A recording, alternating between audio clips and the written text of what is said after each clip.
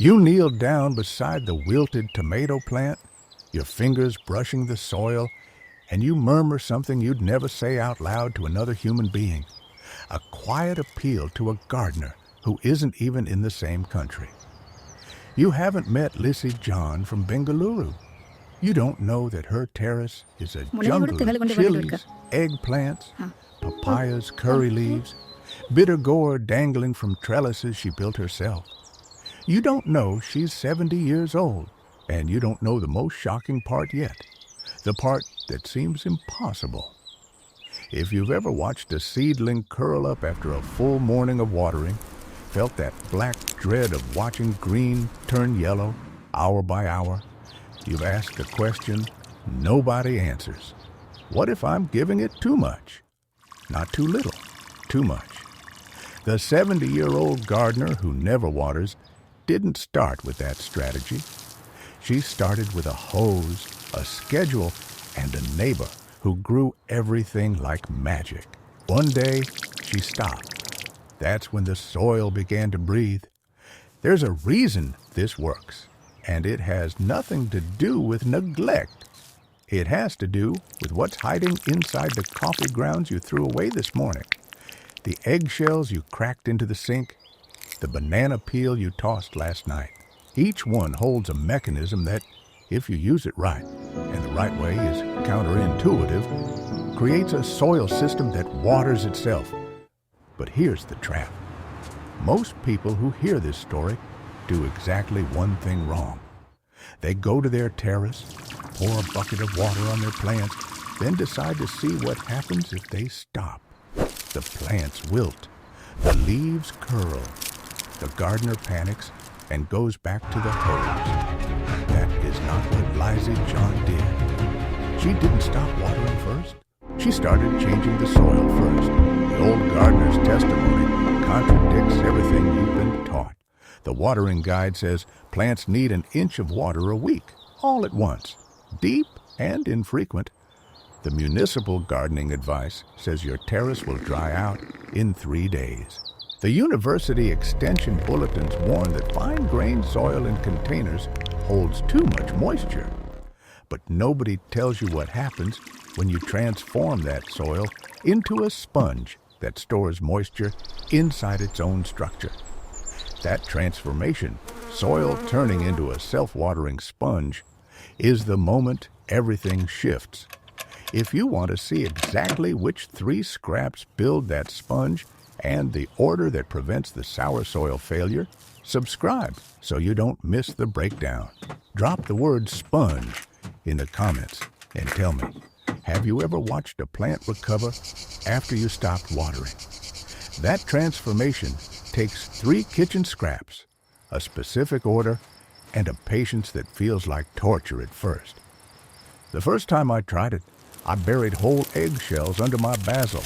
2 weeks later, the plant looked worse than when I started. The soil smelled sour. Ants came. That's the failure case, the one nobody shows you in the tutorial. Whole eggshells take 6 months to break down in soil. They don't release calcium until they're crumbled into a powder fine enough to mix with the top 2 inches of dirt. That powder is the first step. When you crush dried eggshells into that fine powder, you are adding calcium carbonate to the soil. Not chunks of shell, powder. The difference between 6 months and 24 hours is the sound of the mortar grinding. You can hear the change as the shell turns to dust under the pressure. That calcium does something most people miss. It binds with the other components in the soil to create a structure that holds water droplets around the root surface. The calcium doesn't just feed the plant, it builds a tiny reservoir around every root hair. When you water less, that reservoir releases slowly. When you stop watering altogether, the calcium bridge keeps sending moisture to the roots. But calcium alone isn't enough. You remember that eggshell powder from the first step? Now it becomes a transporter. You need something to carry the calcium deeper into the soil profile, to wrap it around the root zone, to attach it to the particles that will hold it steady. That something is the coffee grounds from your morning filter. Dried coffee grounds, when mixed with the eggshell powder, form a paste-like coating around soil particles. Not a crust, a thin layer. That layer does two things. First, it attracts earthworms, which tunnel through the soil, pulling the calcium mixture deeper. Second, the coffee itself releases organic acids that break down slowly, feeding the bacteria that produce a natural glue. That glue holds water. You still with me? Good, because this next part is the one most people skip. The glue is called glomalin. It's produced by a fungus that lives in healthy soil.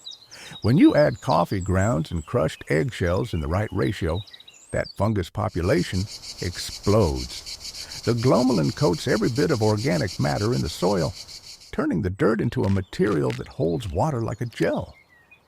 Now watch what happens when you add the third scrap. The banana peel must be dried first, sun-dried until it turns leathery and brown.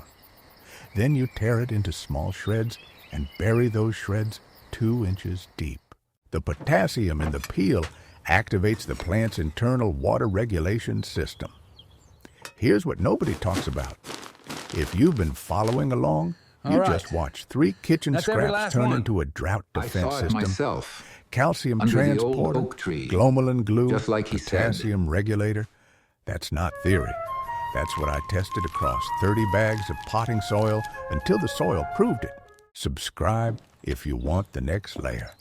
The part where I show you which single extra ingredient doubles the water-holding capacity of this whole mix, because the old gardener in Bengaluru didn't even need the science. And drop potassium power in the comments if you've already dried your own banana peels. I want to hear how your soil changed. When potassium levels are high enough, the plant's stomata, those tiny pores on the underside of the leaves, open and close more efficiently. They lose less water to evaporation. The plant becomes stingy with its moisture. It can survive 10 days without a single drop of water, drawing that moisture from the calcium reservoir and the glomalin-coated soil particles. The 70-year-old gardener in Bengaluru didn't know the words for glomalin or cation exchange capacity or stomatal conductance. She just noticed that the soil under her chili plants smelled different after she buried the coffee grounds. It smelled like wet earth, even when the surface looked dry. That earthy odor was the fungal network breathing. The 3rd week, she stopped watering one bed entirely. The 4th week, that bed produced more chilies than the bed she watered every morning. That's the proof moment. The comparison between the 2 beds, one watered regularly, one fed through the scrap system, showed something that contradicted every gardening book on her shelf. The unwatered bed didn't survive. It thrived. The leaves were darker. The stems were thicker. The harvest came faster. At what point in this story did you realize you've been overwatering your entire life? Here's where the failure trap catches most people. They see a dry surface and panic. They feel the soil with their fingertip, find it cool but not wet, and reach for the hose. But that coolness on the surface is the moisture rising up from the calcium reservoir below. The soil bacteria are breathing that moisture upward. The plant is drinking from the fungal network. If you water on top of that, you drown the fungal network. The glomalin dissolves, the earthworm surface. The system collapses. Patience is the mechanism. The old gardener who never waters learned to trust the smell of the soil more than the touch of the surface. She would press her palm flat on the dirt, feel the moisture rising, and walk away. The plants did not wilt. They did not curl. They did not die. The soil that received coffee grounds, powdered eggshells, and sun-dried banana peel shreds every 2 weeks became a thing that sustained itself. The water cycle inside that system turned over on its own. Now imagine your rose bush 3 days from now, standing tall under that humid morning sun. The earthworm you saw after the last feeding still working its magic underground. The coffee grounds you buried yesterday already feeding the soil microbes that will feed your plant next week. The neighbor who waters every evening will look at your garden and see a mystery. She'll ask how often you water. You won't say almost never. You'll say the soil takes care of it. Next week, we're going deeper into what happens when you leave a crushed eggshell on the surface instead of burying it. The result will change how you think about top dressing forever. The neighbor who waters every evening will look at your garden and see a mystery. She'll ask how often you water. You won't say, almost never. You'll say, the soil takes care of it. That answer is not dishonest. It is the full truth of what happens when you stop fighting the soil and start feeding the system that feeds itself. The 3 kitchen scraps, the order of application, the patience to wait through the first dry week, all of it serves a single purpose: to build a closed loop that does not need your constant intervention. The 70-year-old gardener in Bengaluru understood something that the books do not teach. She understood that soil is not a bucket to fill with water and fertilizer. It is a living membrane. When you feed that membrane the right components in the right sequence, it begins to regulate itself. The surface dries, but the roots stay moist. The leaves droop at noon, but they recover by evening. The plant is not suffering. It is working. That 70-year-old gardener in Bengaluru didn't read that in any manual. She watched the soil breathe until it taught her when to step back. If you want to uncover what the books hide, subscribe, because next week we're revealing the eggshell surface trick that breaks every rule you've been taught. And in the comments, write living membrane. Tell me where you already seen your soil feed itself without your intervention. You have been trained to read every drooping leaf as a crisis. The droop is normal.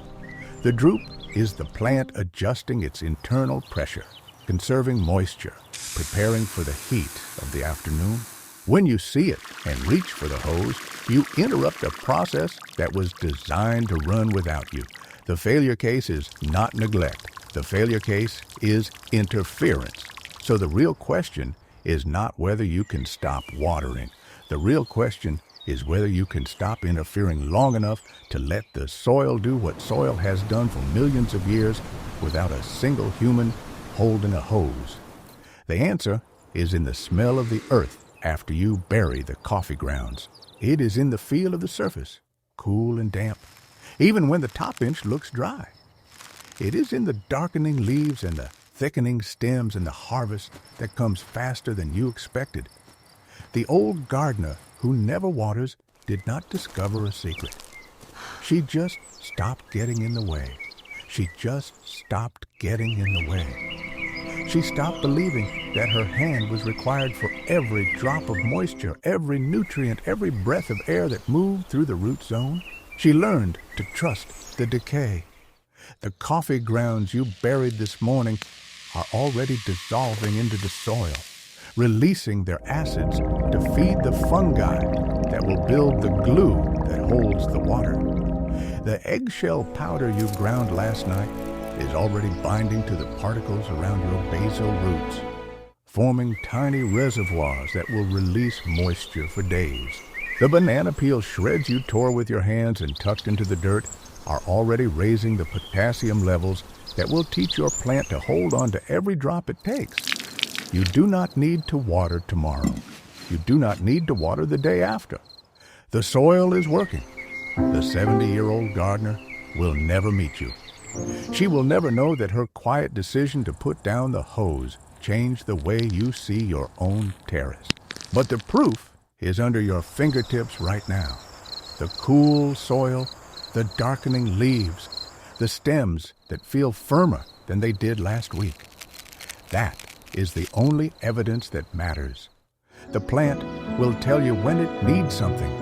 Until then, the soil has it covered.